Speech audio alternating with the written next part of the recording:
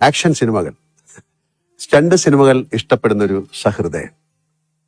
രാമായണം വായിച്ചു കേട്ട് ഭൂതപ്രേതാദികളിലുള്ള അന്ധവിശ്വാസം മാറ്റിയെടുത്ത ഒരു ബാല്യം, അമ്മയുമായി സവിശേഷമായ ഒരു അടുപ്പം പുലർത്തിയ മകൻ, കാർക്കശ്യത്തിന്റെ പുറന്തോടിന് പിന്നിൽ മറിഞ്ഞിരിക്കുന്ന ഫലിതപ്രിയനായ ഒരു ആസ്വാദകൻ. അങ്ങനെ കേരളത്തിന്റെ പിണറായി സഖാവിനെ പറ്റി നാം അറിയാത്ത പലതും എനിക്ക് അദ്ദേഹത്തോട് ചോദിക്കണമെന്നുണ്ട്, നിങ്ങൾക്ക് വേണ്ടി. അതിനു മുമ്പേ ബഹുമാനപ്പെട്ട പിണറായി വിജയൻ അവർകളെ ഈ അഭിമുഖത്തിലേക്ക് ഔപചാരികമായി ഞാൻ സ്വാഗതം ചെയ്യട്ടെ. നമസ്കാരം സർ. നമസ്കാരം.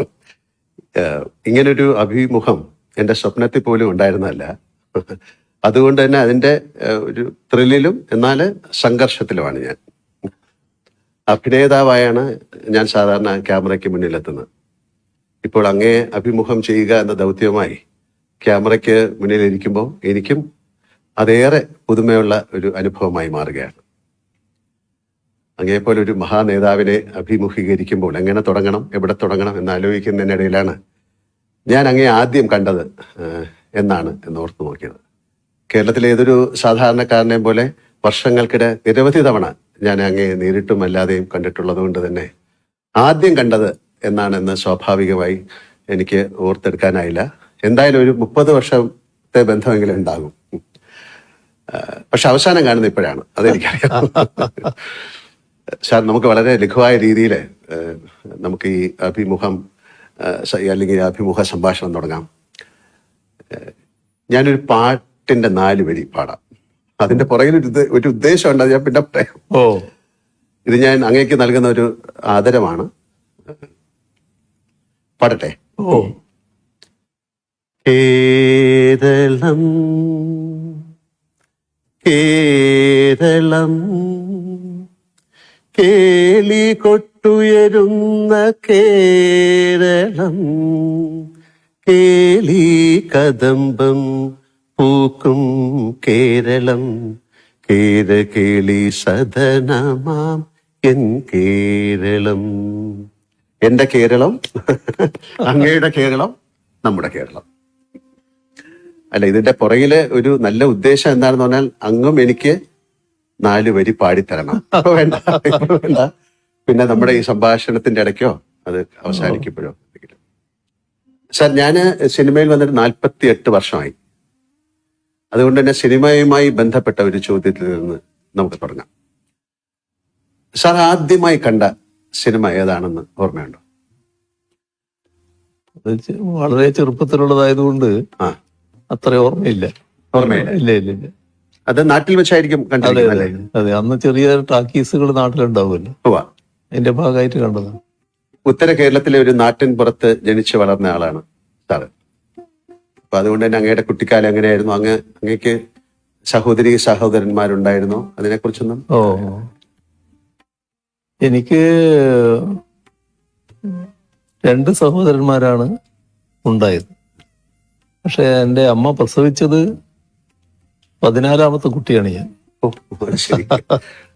ബാക്കിയുള്ളവരൊക്കെ മരണപ്പെട്ടു പോയിരുന്നു ചെറിയ പ്രായത്തിൽ തന്നെ. പിന്നെ 2 സഹോദരങ്ങൾ, മൂത്തവര് എന്നൊക്കെ ഉണ്ടായിരുന്നു. അങ്ങനെ 3 പേരാണ് ഞങ്ങൾ ഉണ്ടായത്. അമ്മയും അച്ഛനും ഒക്കെ ഈശ്വര വിശ്വാസികളായിരുന്നു. സന്ധ്യാനാമമൊക്കെ ചൊല്ലാറ് പതിവുണ്ടായിരുന്നു. ഈശ്വര വിശ്വാസികളും വലിയ തോതിലുള്ള ഈ അന്നത്തെ കാലത്ത് ഭൂതപ്രേത കാര്യങ്ങളൊക്കെ വലിയ തോതിലുള്ള കാലമാണ്. അതെ അതെ. അപ്പൊ അതിനൊക്കെ വല്ലാതെ വിശ്വസിക്കുന്ന കൂട്ടത്തിലായിരുന്നു. അതില് അമ്മയാണ് ഏറ്റവും കൂടുതൽ ഈ വിശ്വാസങ്ങൾ കൊണ്ടു നടന്നിരുന്നത്. അച്ഛനും വിശ്വാസി തന്നെയാണ്, പക്ഷെ അത്രത്തോളം ഉണ്ട് എന്ന് പറയാൻ പറ്റില്ല. കുട്ടിക്കാലത്ത് ഏറ്റവും സന്തോഷകരവും സങ്കടകരവുമായ ചില സാഹചര്യങ്ങൾ എല്ലാവർക്കും ഉണ്ടാവും, അങ്ങേക്കും ഉണ്ടായിട്ടുണ്ടാവും. അങ്ങനെയെങ്കിൽ അവയൊക്കെ അങ്ങയുടെ ജീവിതത്തെ എങ്ങനെയാണ് സ്വാധീനിച്ചിരിക്കുന്നത്?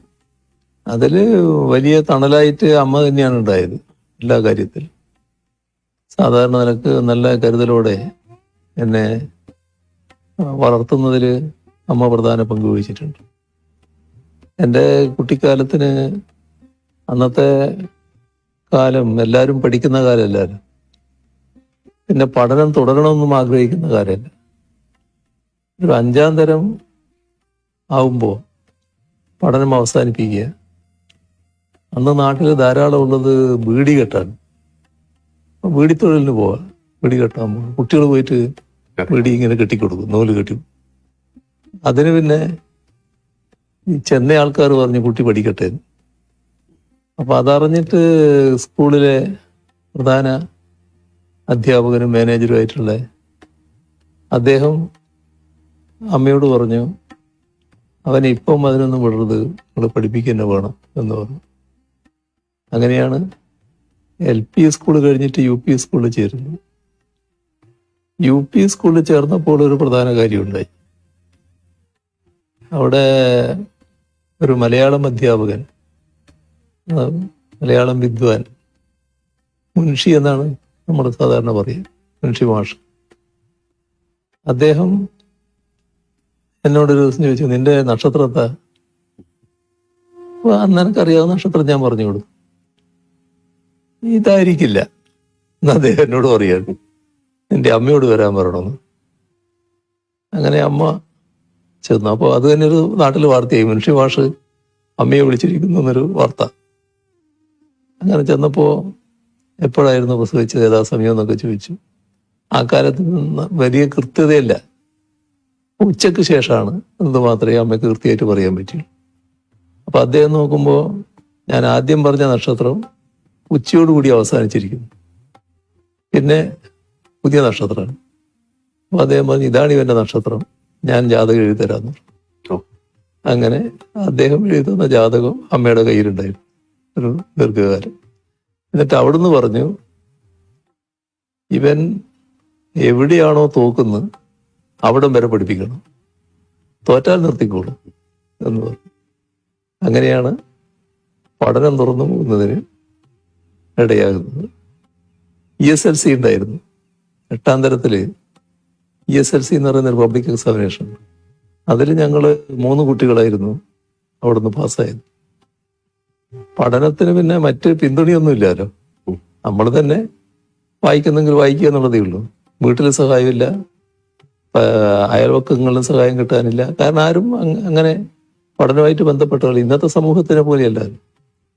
അപ്പൊ അതിലൊക്കെ പക്ഷെ വലിയ സ്നേഹസമ്പന്നരാണ് എല്ലാവരും. എല്ലാ കാര്യങ്ങളിലും നല്ല സ്നേഹമാണ്.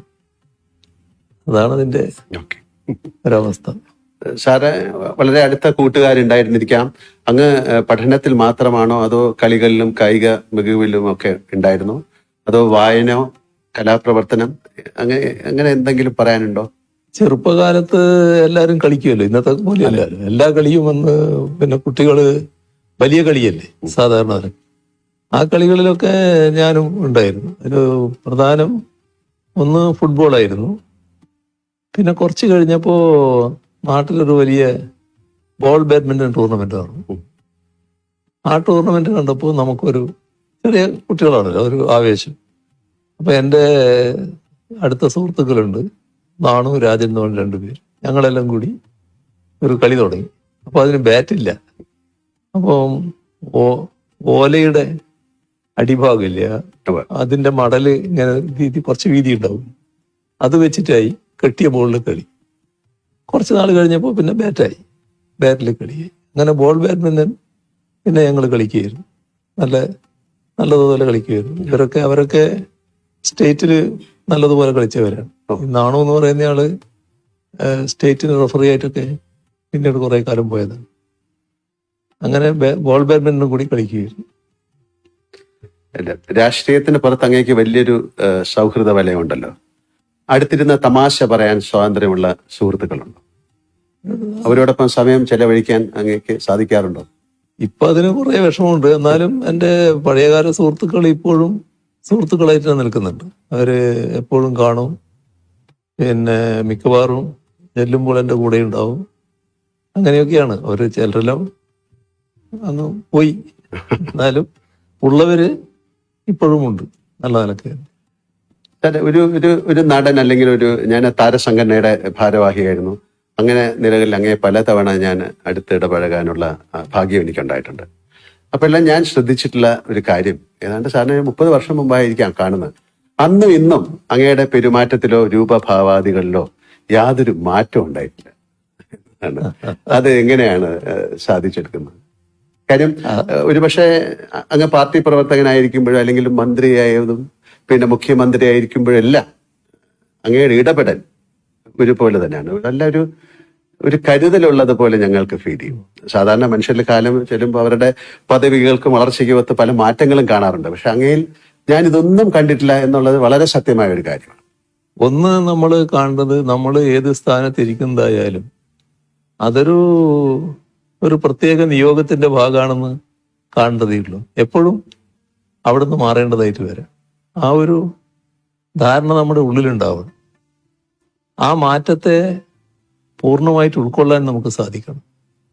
അന്ന് ഇപ്പോ മാറണം എന്ന് പറഞ്ഞാൽ ആ മാറുമ്പോൾ ഒരു പ്രയാസവും ഉണ്ടാകരുത്. അതാണ് നമുക്ക് ഏറ്റവും പ്രധാനം. ഞാൻ വൈദ്യുതി മന്ത്രിയായിട്ടാണല്ലോ മന്ത്രിസഭ പ്രവർത്തനം ആരംഭിക്കുന്നത്. അപ്പോൾ എൻ്റെ കുട്ടികൾ ചെറിയ മക്കളാണത്. വൈദ്യുതി മന്ത്രി സ്ഥാനം ഒഴിഞ്ഞ് ഇവിടെ തന്നെയായിരുന്നു, ഇൻഡസ്ട്രി ആയിരുന്നു. നേരെ നിങ്ങൾ വന്നിട്ടുണ്ട്, ഞാൻ താമസിച്ച വാടക വീട്ടിൽ. ആ വാടക വീട്ടിലേക്ക് മാറി. ഒരു പ്രയാസവും കുട്ടികൾക്ക് പോലും ഉണ്ടായില്ല. നല്ല എന്താണോ, അപ്പം നമ്മൾ എന്താണോ ഉള്ളത് അതുകൊണ്ട് ജീവിക്കാനും അതിൽ സന്തോഷിക്കാനും അതിൻ്റെ ഭാഗമായി മാറാനും കഴിയണം. എനിക്ക് അങ്ങനെ ഒരു നിലയാണ് എപ്പോഴും ഉള്ളത്. ഒരു വല്ലാതെ എന്തെങ്കിലും മോഹിക്കുന്ന കാര്യമില്ല. അതിൻ്റെ ഭാഗമായിട്ട് എപ്പോഴും സംതൃപ്തനാണ് ഞാൻ. ഇത് ബോധപൂർവം നിലനിർത്തുന്നതാണോ അതോ സ്വാഭാവികമായി സംഭവിച്ചാണോ അതോ കുട്ടിക്കാലത്ത് അമ്മയുടെ ആ ഒരു കരുതൽ അന്നത്തെ കുടുംബത്തിന്റെ ഒക്കെ ഒരു പശ്ചാത്തലത്തിൽ സംഭവിച്ചായിരിക്കും? അതെനിക്ക് തോന്നുന്നത് ചെറുപ്പത്തിന്റെ ഒരു സ്വാധീനമുണ്ട് അതിൽ. ഈ ചെറുപ്പത്തിൽ ധാരാളം ഈ മറ്റ് കഥകൾ വായിക്കുമായിരുന്നു. അമ്മയ്ക്ക് വായന അറിയില്ലെങ്കിലും പഴയ തച്ചോളി പാട്ടൊക്കെ അമ്മയ്ക്ക് നല്ലോണം അറിയാം. അങ്ങനെയുള്ള പാട്ടുകൾ എനിക്ക് പാടിത്തരുമായിരുന്നു. എന്നാൽ ഞാൻ വായന പഠിച്ചതിന് ശേഷം രാമായണം, കൃഷ്ണപ്പാട്ട്, ഭാരതം അങ്ങനെയൊക്കെയുള്ളത് അമ്മയ്ക്ക് വായിച്ചു കൊടുക്കുമായിരുന്നു. അപ്പോൾ ആ വായനയിലൂടെ അന്ന് എന്നിലേക്ക് വന്നിട്ടുള്ള ചില ആശയങ്ങളുണ്ടാകും. അതെന്നെ സ്വാധീനിച്ചിട്ടുണ്ടാവും എന്നാണ് തോന്നുന്നത്. ഒരു സന്യാസ ജീവിതത്തിൻ്റെ ചില അംശങ്ങൾ ചിലപ്പോൾ നമ്മുടെ മനസ്സിലുണ്ടാകാനിടയുണ്ടാവും. അതുകൊണ്ടായിരിക്കാം വലിയ മറ്റു മോഹങ്ങൾ അധികം ഇല്ലാതെ വരുന്നത്. വലിയ കർക്കശക്കാരൻ എന്നൊരു പേരുണ്ടാകും. പക്ഷെ അതുകൊണ്ട് ചോദിച്ചാണ്. പക്ഷെ അപ്പൊ എന്റെ കണ്ടെത്തലുകൾ ശരിയായിരുന്നു എന്ന് ഞാൻ വിശ്വസിക്കുന്നു. സാറ് സ്കൂൾ ആ സമയത്തൊക്കെ അല്ലെങ്കിൽ കോളേജിലൊക്കെ നാടകങ്ങളിലും വല്ലതും അഭിനയിച്ചിട്ടുണ്ടോ? നാടകത്തിൽ അഭിനയിച്ചിട്ടില്ല, പക്ഷെ ഞാൻ കഥാപ്രസംഗം നടത്തിയിട്ടുണ്ട്. ആണോ? UP സ്കൂളിൽ പഠിക്കുമ്പോ എന്നോടൊരു മാഷ് പറഞ്ഞു കഥാപ്രസംഗം നടത്തണം. അങ്ങനെ ഞാനൊരു കഥാപ്രസംഗം നടത്തിയിട്ടുണ്ട്. അതിൽ പാട്ടുകളൊക്കെ പാടണ്ടേ? പാടണം, പാട്ടൊക്കെ പാടും. നമുക്കൊരു പാട്ട് പാടണേ. പിന്നെ അതെ ജാലവിദ്യ, മാജിക്. അതായത് ഒരു നൂലിന്മേലൊരു ചോക്ക് കിട്ടും, ചോക്കല്ലേ എഴുതുന്നത്. ആ ചോക്ക് കെട്ടിയിട്ട് ഇങ്ങനെ പിടിക്കും. എന്നിട്ട് ഈ നൂലങ്ങോട്ട് കത്തിക്കും. കത്തിയാലും ചോക്ക് വീഴില്ല. അപ്പൊ അതിന്റെ വിദ്യ എന്താന്ന് പറഞ്ഞാൽ ഈ നൂല് പലവട്ടം ഉപ്പുവെള്ളത്തിൽ മുക്കി ഉണക്കുക. അങ്ങനെ ഉണക്കിയെടുത്തിട്ട് കത്തിച്ചാല് ആ ചാരം അങ്ങനെ തന്നെ നിൽക്കും, വീണുപോകാതെ, ചോക്ക് വീണുപോകാതെ നിൽക്കും. ഇതാണ് ഒരു ജാലവിദ്യ. മറ്റേ ഒരു കഥാപ്രസംഗം ഞാൻ നടത്തിയിരുന്നു. ഒരു വലിയ ആൽമരത്തിന്റെ താഴെ ഒരാൾ കിടന്ന് ഉറങ്ങുന്ന, അദ്ദേഹത്തിന്റെ തലയിൽ നെറ്റിയിലൊരു ചെറിയ അതിന്റെ കായ വന്ന് വീഴുന്നു. അപ്പൊ ഈ കായ് അല്ല തെങ്ങിന്റെ തേങ്ങ പോലത്താണെങ്കിൽ എന്റെ കഥ എന്താകുമായിരുന്നു എന്ന് പറയുന്നത്. അപ്പൊ പ്രകൃതിയുടെ ഒരു പ്രത്യേകത കാണിക്കുന്ന ഒരു കഥയായിരുന്നു. അപ്പൊ നമുക്ക് പാട്ട് ഇപ്പൊ വേണ്ടല്ലേ, കുറച്ച് കഴിഞ്ഞിട്ടാകാം അല്ലേ? എപ്പോഴെങ്കിലും ഒരു എഴുത്തുകാരനാവണമെന്ന് ആഗ്രഹിച്ചിട്ടുണ്ടോ? അത്തരത്തില് എന്തെങ്കിലും അങ്ങ് എഴുതിയിട്ടുണ്ടോ? അല്ലെങ്കിൽ എന്തെങ്കിലും അങ്ങനെ കുത്തിക്കുറിക്കാന്ന് ചോദിക്കുന്നത് ശരിയല്ല, അങ്ങനെ എന്തെങ്കിലും അങ്ങ് എഴുതിയിട്ടുണ്ടോ? എഴുത്ത് വിശദമായിട്ട് എഴുതിയിട്ടില്ല, പക്ഷെ പിന്നീടുള്ള രാഷ്ട്രീയ ജീവിതത്തില് പല കാര്യങ്ങളും എഴുതേണ്ടി വരുമല്ലോ. അങ്ങനെയുള്ള കാര്യങ്ങളൊക്കെ ഞാൻ എഴുതിയിട്ടുണ്ട്. രാഷ്ട്രീയ ഒരു ആത്മകഥ അങ്ങനെ എന്തെങ്കിലും എഴുതണമെന്ന ഒരു ആഗ്രഹമുണ്ടോ? അതൊന്നും ഇതിന്റെ ഇടക്ക് അതിനെപ്പറ്റി ഒരു ആലോചനയും ഉണ്ടായിട്ടില്ല. എന്നാൽ പിന്നെ ചിലരൊക്കെ അതിനു വേണ്ടി ഒരു ശ്രമം ആരംഭിച്ചിട്ടുമുണ്ട്, പക്ഷെ അതൊന്നും പൂർണ്ണതയിലെത്തിയിട്ടില്ല. വീട്ടില് വലിയൊരു ലൈബ്രറി ഉണ്ടെന്ന് എനിക്കറിയാം. തിരക്കുകൾക്കിടയിൽ അങ്ങേക്ക് വായിക്കാൻ സമയം കിട്ടാറുണ്ടോ? ഇപ്പോഴത്തെ പ്രശ്നം വല്ലാത്ത പ്രശ്നമാണ്. ഇപ്പൊ വായനക്കൊക്കെ വല്ലാത്ത സമയം കുറയാണ്. മറ്റ് വായന എനിക്കൊരു നല്ല രസമായിരുന്നു, നല്ല രീതിയിൽ വായിക്കാൻ പറ്റുമായിരുന്നു. പക്ഷെ ഇപ്പൊ അങ്ങനെ വായിക്കാൻ അധിക സമയം കിട്ടുന്നില്ല. അപ്പൊ അങ്ങേ ഏറ്റവും കൂടുതൽ സ്വാധീനിച്ച പുസ്തകങ്ങൾ ഉണ്ടാവും, അത് ഏതെങ്കിലും ഒരു പുസ്തകത്തിന്റെ പേര് പറയാമോ? അതില് ഞാൻ വായിക്കുന്ന ഘട്ടത്തില് ഏറ്റവും കൂടുതൽ സ്വാധീനിച്ച പുസ്തകങ്ങളിൽ ഒന്ന് ടോൾസ്റ്റോയുടെ അന്നാ കരീന തന്നെയാണ്. വലിയ ഹൃദയത്തെ ഏറ്റവും അധികം ബന്ധിപ്പിക്കുന്ന, മനസ്സിനെ ബന്ധിപ്പിക്കുന്ന ഒരു കഥ തന്നെയാണെന്ന് പറയാം. പിന്നെ വിക്ടർ ഹ്യൂഗോന്റെ കഥയും പാവങ്ങളും, അത് വളരെയധികം വലിയ തോതിൽ നമ്മളെ ജീവിതത്തെ രൂപപ്പെടുത്താൻ തന്നെ സഹായിക്കുന്ന ഒന്നായിരുന്നു. നമ്മളെ നാട്ടിലെടുത്താൽ തകഴിയുടെ കയർ ഒരു കാലഘട്ടത്തിന്റെ തന്നെ ഒരു ചിത്രീകരണമായിരുന്നു. അങ്ങനെയുള്ളതൊക്കെ ആ കാലത്ത് നല്ലോണം വായിക്കാൻ പറ്റിയിരുന്നു. കവിതകളും വായിക്കും. ഇതെല്ലാം ഒരു പുതിയ അറിവാണ് ആൾക്കാർക്ക്, അതുകൊണ്ടാണ് ചോദിക്കുന്നത്. അതായത് പിണറായി വിജയൻ എന്നാൽ വലിയൊരു കടുപ്പക്കാരനാണ്, ചിരിക്കാത്ത ആളാണ് എന്നൊരു ധാരണ പുറത്തുണ്ട്. എന്നാൽ അടുത്ത പരിചയമുള്ളവർക്ക് നേരെ മറിച്ചുള്ള അഭിപ്രായമാണ്. ഈ പ്രകൃതം സ്വയം എടുത്ത് അണിഞ്ഞതാണോ, അതോ ഈ കടുപ്പക്കാരൻ എന്ന ഇമേജ് മാറ്റണമെന്ന് എപ്പോഴെങ്കിലും തോന്നിയിട്ടുണ്ടോ, അതോ ആളുകൾ തന്നെ അത് തിരിച്ചറിയട്ടെ എന്നാണോ നിലപാട്? അത് ബ്രാൻഡ് ചെയ്യപ്പെടുന്നതാണ്. കാരണം ഞാനൊരു ഇടതുപക്ഷ പ്രവർത്തകൻ, പ്രത്യേകിച്ച് CPIM-ന്റെ ഒരു പ്രധാനി എന്നൊക്കെയുള്ള നിലയിൽ വരുമ്പോൾ അതിലൊരു സാധാരണയിൽ നിന്നൊരു വ്യത്യസ്തനാണ് എന്ന് കാണിക്കല് നമ്മുടെ ചില ആളുകൾക്ക് വലിയ താല്പര്യം ഉണ്ടായിരുന്നു. അതിന്റെ ഭാഗമായിട്ട് ഒരു മനുഷ്യന് പല ഭാവങ്ങളുണ്ടാവുമല്ലോ, അതിലേതെങ്കിലും ക്ഷോഭിച്ച ഭാഗം ഉണ്ടെങ്കിൽ അതായിരിക്കും കൊടുക്കുന്ന ചിത്രങ്ങൾ. അപ്പോൾ മറ്റ് സന്തോഷത്തിന്റെ നിമിഷങ്ങൾ അവരെ കയ്യിലുണ്ടാവും, പക്ഷെ അത് കൊടുക്കേണ്ടതില്ല എന്നവർ പോകും. ഞാൻ പിന്നെ എന്നെ പറ്റി വരുന്ന വാർത്തകളിൽ അധികം അങ്ങനെ വ്യാകുലപ്പെടാറില്ല. അതിപ്പോ സ്വാഭാവികമായിട്ട് വരുന്നൊരു കാര്യമായിട്ട് ഞാൻ കാണാറില്ല. ഞാൻ പ്രതിദാനം ചെയ്യുന്ന പാർട്ടിയോടുള്ള എതിർപ്പിന്റെ ഭാഗമായി അത് എന്നിലൂടെ പ്രകടിപ്പിക്കുന്നു മാത്രമേ ഉള്ളൂ എന്ന നിലക്കാണ് ഞാനത് കാണാറ്. ഈ എതിർപ്പ് ഉയർത്തുന്നവരോടും ഒരു തരത്തിലുള്ള ഈർഷ്യയോ വിദ്വേഷമോ എനക്കൊട്ടുണ്ടാകാറുമില്ല. അത് അവരവരെ രീതി സ്വീകരിക്കുന്നു എന്ന് മാത്രമേ കാണാറൂ. അപ്പം അതുകൊണ്ട് തന്നെ ഏതെങ്കിലും ഒരു തെറ്റായ കാര്യം വന്നാൽ, ഇപ്പോൾ സാധാരണ രാഷ്ട്രീയ പ്രവർത്തകരായിട്ടുള്ള ആൾക്കാർ പല മാധ്യമങ്ങളെയും അപ്പം തന്നെ വിളിക്കും. എന്താ നിങ്ങൾ അങ്ങനെ കൊടുത്തത്, ഇങ്ങനെ കൊടുത്തത് ശരിയാണോ എന്നൊക്കെ പറയും. ഇന്ന് വരെ ഒരാളെ ഞാൻ വിളിക്കാൻ പോയിട്ടില്ല. എന്ത് വാർത്ത വന്നാലും അത് അവിടെ നിന്നോട്ടെ എന്നുള്ളതാണ്. അങ്ങനെയൊരു പ്രകൃതാണ് ഞാൻ സ്വീകരിച്ചു വരാറുള്ളത്. വീട്ടിലെ ഒരു അച്ഛൻ മുത്തച്ഛൻ അല്ലേ, അപ്പൊ ഏത് തരത്തിലുള്ളൊരു സമീപനമാണ് കുട്ടികളോടോ പേരൊക്കെ? അത് വീട്ടിലെത്തിയാൽ ഞാൻ അവരുടെ സ്വന്തം ആള് തന്നെയാണ്, അതിനകത്ത് പ്രശ്നമില്ല.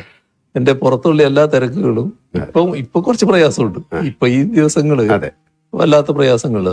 അതുവരെയുള്ള കാലം എടുത്താല് വീട്ടിലെത്തിയാൽ ഞാൻ വീട്ടിന്റെ ഒരാളായിട്ട് അങ്ങ് മാറുകയാണ്.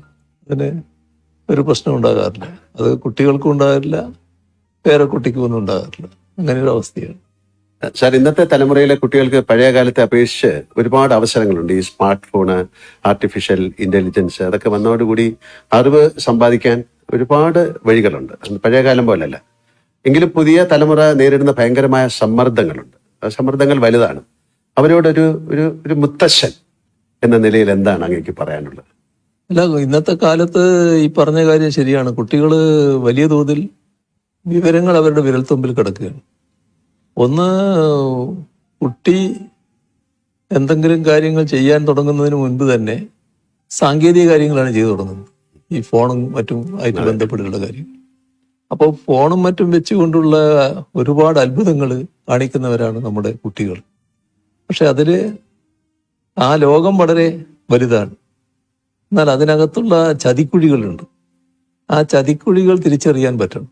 അപ്പൊ അതിന് ചിലപ്പോ ചെറിയ കുട്ടികൾക്ക് എല്ലാ വഴിയും തിരിഞ്ഞു എന്ന് വരില്ല.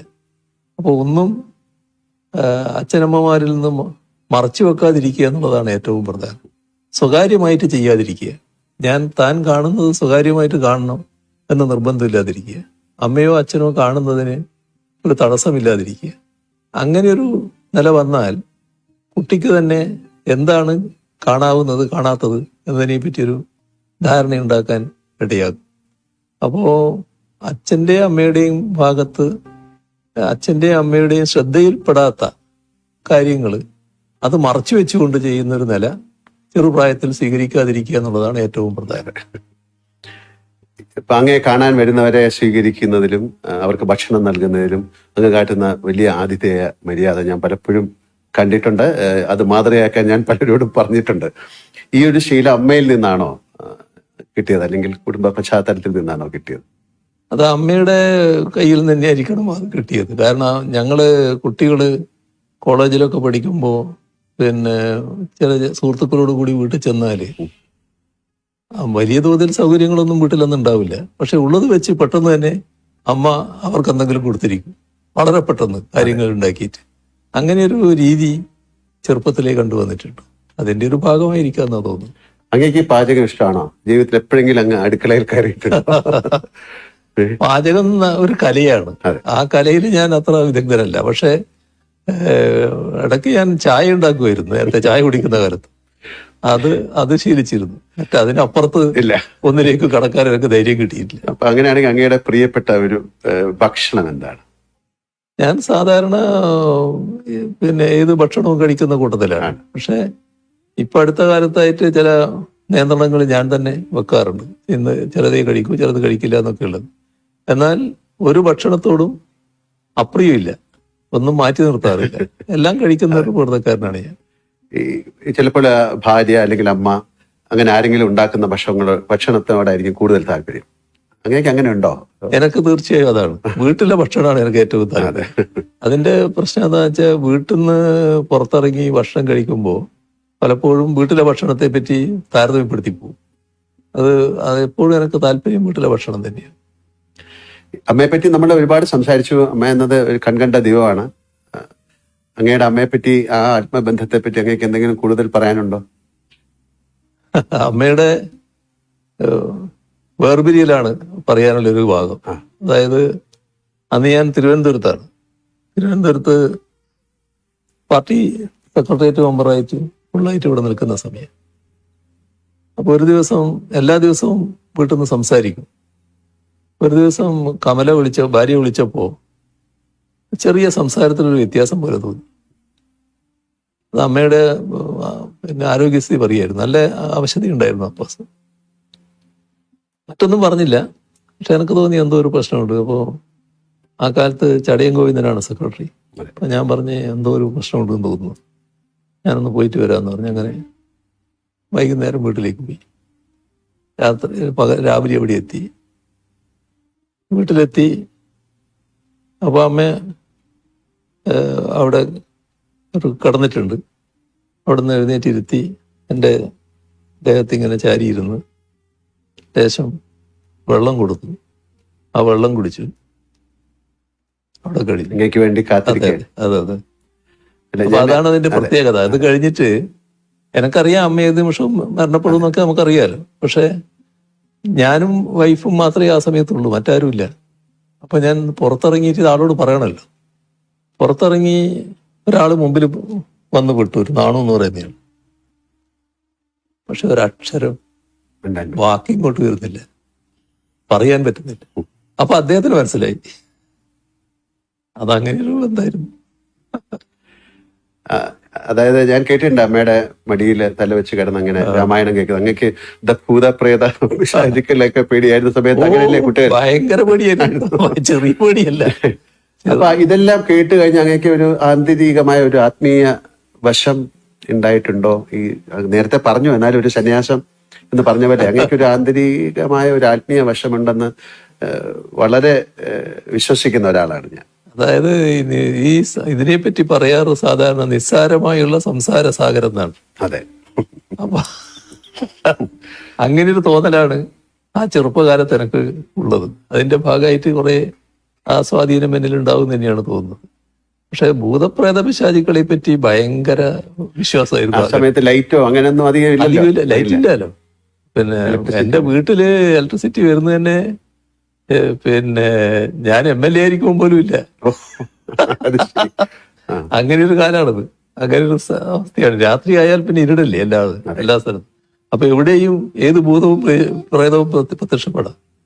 അതൊക്കെ പിന്നെ ഒരു ചെറിയ സമയം കഴിഞ്ഞപ്പോ നമ്മൾ വളരുകയല്ലേ, അതനുസരിച്ച് മാനസിക വളർച്ചയും വരികയല്ലേ.